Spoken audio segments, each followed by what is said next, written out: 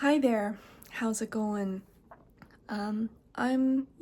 All things considered, I'm relatively well. I have all my limbs and I can breathe and I can eat and I can sleep and I'm alive, I guess.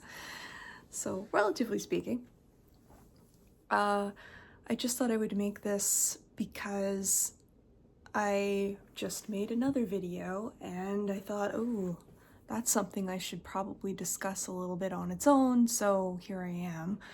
Uh, I just got back from being away at my dad's, and it was interesting because I went out shopping one day with my dad's wife, and she's a social butterfly. She's very much extroverted, and I'm not. I'm the exact opposite. So when we were out and about, she knows all the store like shopkeeps and stuff from town because she shops a lot locally and is so outgoing, so she knows all these people often by name.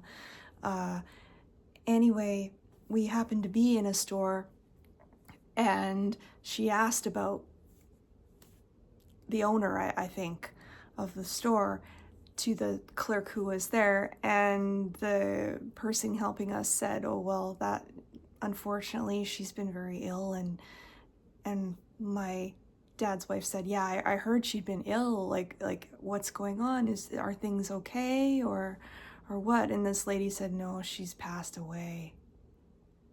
And so we, completed our transaction and then we left, and I was just like, people are dying, man. It's kind of intense. Because that friend of mine who I made a video about, his mom has left. She's gone now. And it's been really hard. It feels like inappropriate for me to be feeling so bad about it, because I haven't seen her in 25 years, but I knew her in a particularly kind of intimate sort of way, really. I don't mean that to sound gross. I just mean I spent a lot of time with her when I was a teenager. And, we used to sit and talk and stuff. And, she felt like she was my mom, a little, kinda. And, we had our moments together the way a mom and a daughter would. I remember being a bit impertinent, quite honestly. I would have been about 17 or so. And I was visiting and she wanted to make pasta. And, of course, I'm immediately a bit concerned about this because I come from an Italian background. So whenever people outside of my family who aren't Italian offered me pasta, I was always kind of like, oh dear, am I gonna like this? Because it was usually just tomato sauce out of a can, just, My grandmother used to make all of her sauce from scratch and with her own grown vegetables and fresh meats and, can it for us. So, we never bought pasta sauce from the grocery store and stuff like that. So I was spoiled. That's what I'm trying to say.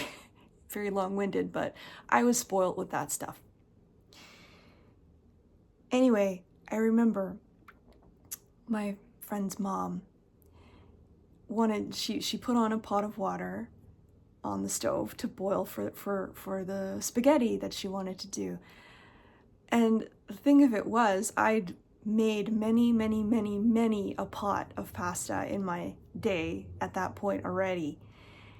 And I saw her put the cold water on the stove and then the spaghetti right into the cold water and oil, just cooking oil into the water. And I was like, what are you doing?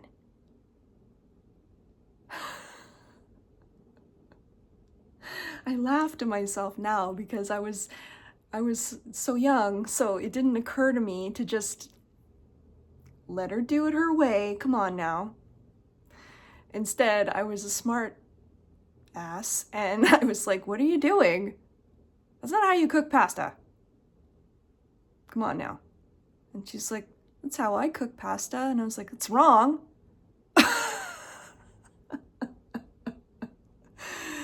She's like, "But the noodles stick." And I was like, "They don't stick if you boil it. You gotta boil that water first. Get it to a nice rolling boil. Salt the hell out of the water too. Salt, salt, salt. That'll help it boil faster, and you gotta boil it first. Then you put your noodles in. You don't need any oil or any of that nonsense. It won't stick." My Nona was a cook, so these are the things I just kind of grew up learning and knowing. Anyway, she was irritated with me for saying that because obviously I was just being a punk, you know, like I didn't need to do that, but it's one of those memories that I have from that time. Anyway, I know that if I had known her more recently, we would have laughed about it because it was harmless. There was no harm, no foul with it, but it's just one of those stories, right? Because we had a real kind of relationship in that way, and you know, as soon as she got sick, I started feeling the struggle about how to feel, and I continue to struggle even more with how to feel because, yes, I knew her. I even spoke French with her and stuff. French was her first language, so I used to speak French with her, and you know, there was a bond there. And anyway, life does what it does, and things turned out the way they did.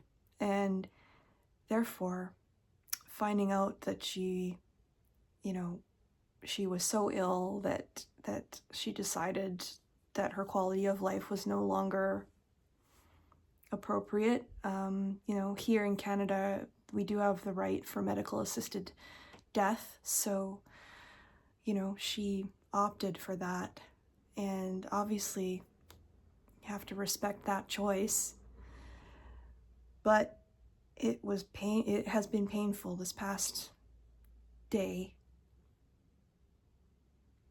in dealing with, you know, my own feelings, because I'm just like, come on, man, your own feelings don't matter. It's not about you.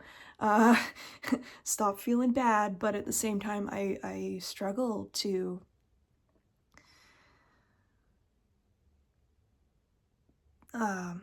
sort of figure out what to do with myself.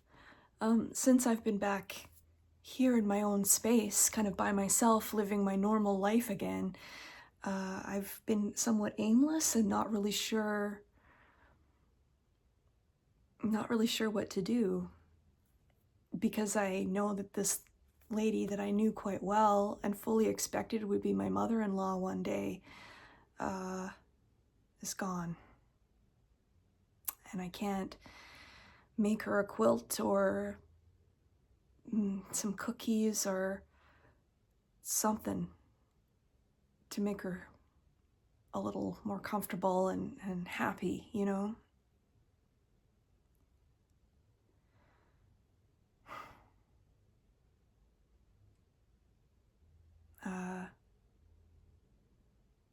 I don't know if you have any experience with such a thing, but if you do, please let me know what it is and sort of what you did to get your way through, even if it's something that you think on now and wish you'd done differently. I would still care to know, because I'm at loose ends with it and, you know, don't want to do something I regret either, because I get too emotional, right?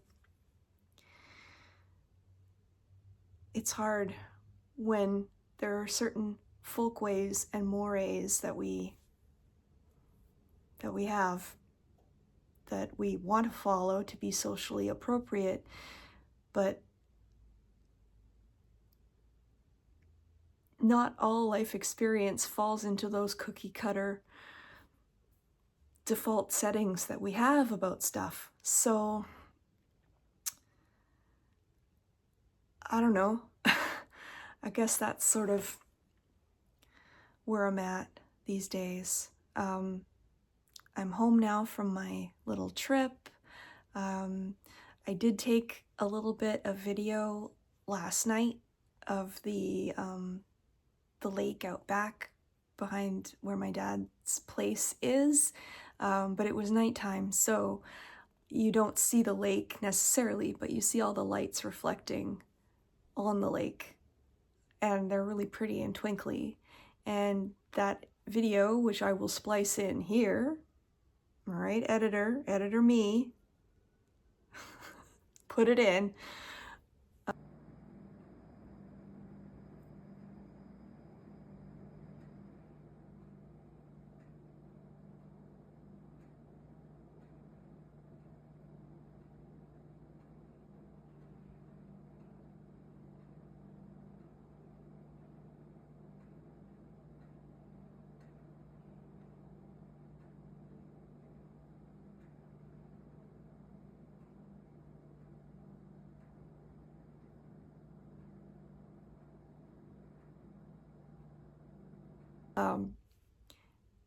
The imagery is from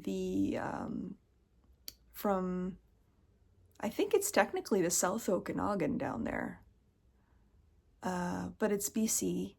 And if you've never been to British Columbia, that's what some of it looks like. Out here we have lakes. We're not near the ocean. We're farther inland from the Pacific. I used to live on the Pacific, but now we have lakes.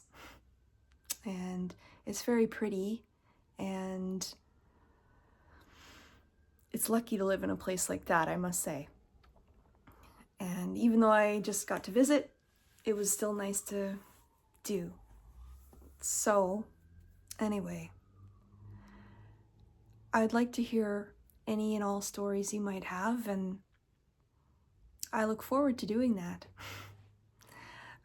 Of course, there's all the, YouTube stuff, you can subscribe, and there's a video down there to watch too, which I hope that you will, so that I can continue in my endeavor, hopefully, to, to get monetized. That would be really, really great. Things have really slowed down since Christmas, that's for sure. So I continue to forge ahead, but this is where we are right now. So I'll leave us with that. Thanks so much. I'll see you next time.